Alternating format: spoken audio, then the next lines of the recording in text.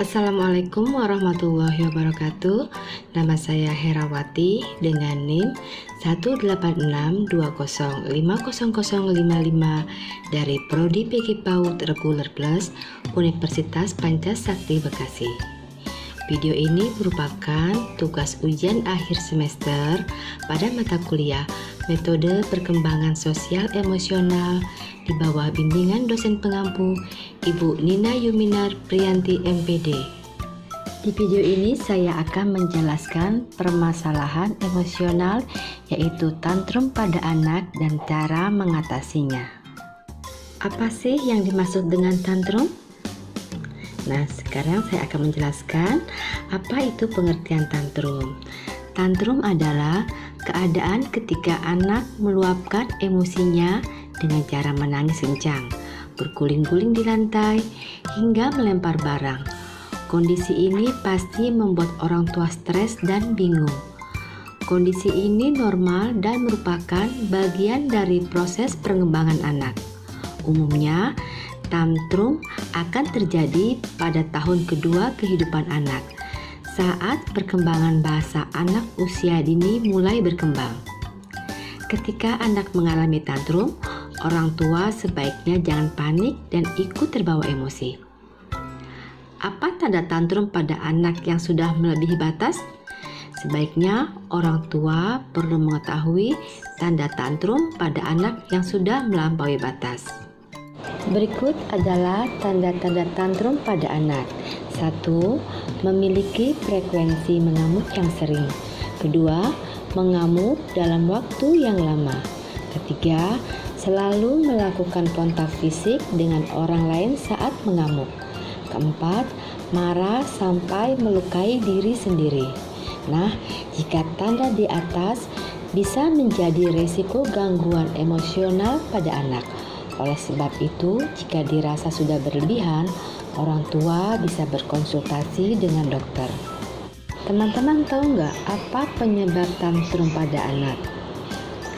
Tantrum umumnya disebabkan oleh terbatasnya kemampuan bahasa anak untuk mengekspresikan perasaannya, sehingga mereka hanya bisa meluapkan emosinya dengan cara meronta, berteriak, menangis, menjerit, serta menghentakkan kedua kaki dan tangannya ke lantai.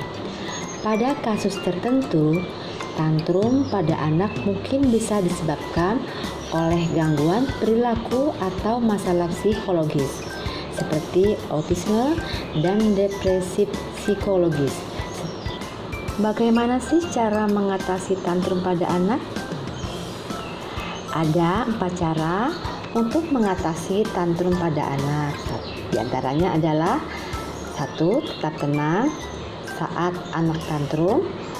Bunda harus tetap tenang dan jangan membalas berteriak atau memaksa anak untuk menghentikan amukannya. Sikap yang tenang akan membuat tantrum si kecil lebih mudah untuk diatasi. Bunda juga bisa mengajak si kecil ke tempat yang lebih sepi dan tenang guna menenangkan emosinya. Yang kedua, cari tahu penyebab tantrum. Beragam hal bisa menjadi penyebab tantrum pada anak, seperti keinginan yang tidak terpenuhi atau adanya perasaan lapar dan mengantuk yang sulit diungkapkan. Jika anak belum bisa berbicara, salah satu cara untuk mengenali penyebabnya adalah dengan menanyakan secara langsung, "Kamu lapar?" atau "Kamu masih ngantuk?" Anak mungkin akan mengangguk atau menggeleng.